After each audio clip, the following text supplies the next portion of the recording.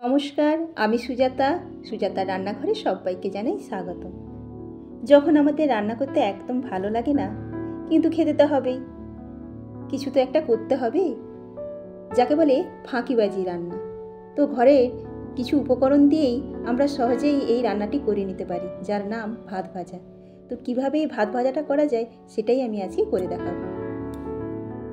খুব কম সময়ে রান্না করা যায় ডিম, তাই আমি এখানে নিয়েছি দুটো ডিম।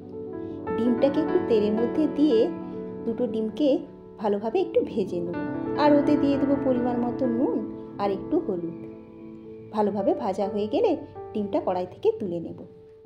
আমি কিন্তু যে ভাতের কথা বলেছি সেটা দু রকমের ভাতও হতে পারে, একটা বাসি ভাতও হতে পারে আর একটা রান্না করা ভাতও হতে পারে, যার যেটা ইচ্ছে। তবে আমি বলবো রান্না করা ভাতেই খাওয়া বেশি ভালো।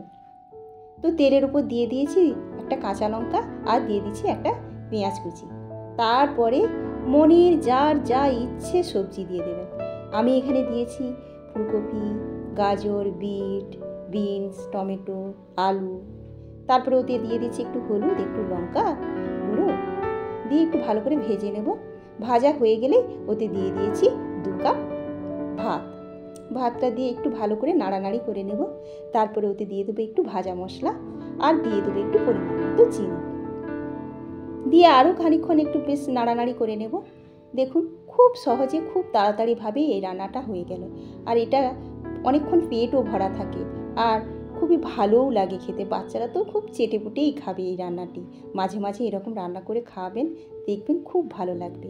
তারপরে প্রথমে একটু ডিম, তারপরে একটু সবজি, তারপরে ওই ভাত ভাজাটা দিয়ে কি সুন্দর সাজিয়ে নিয়েছি। দেখুন এত অল্প সময়ে এত টেস্টি একটি খাবার বাচ্চা থেকে বড় সবাই খুব পছন্দ করবে। আপনার বাড়িতে অবশ্যই ট্রাই করবেন।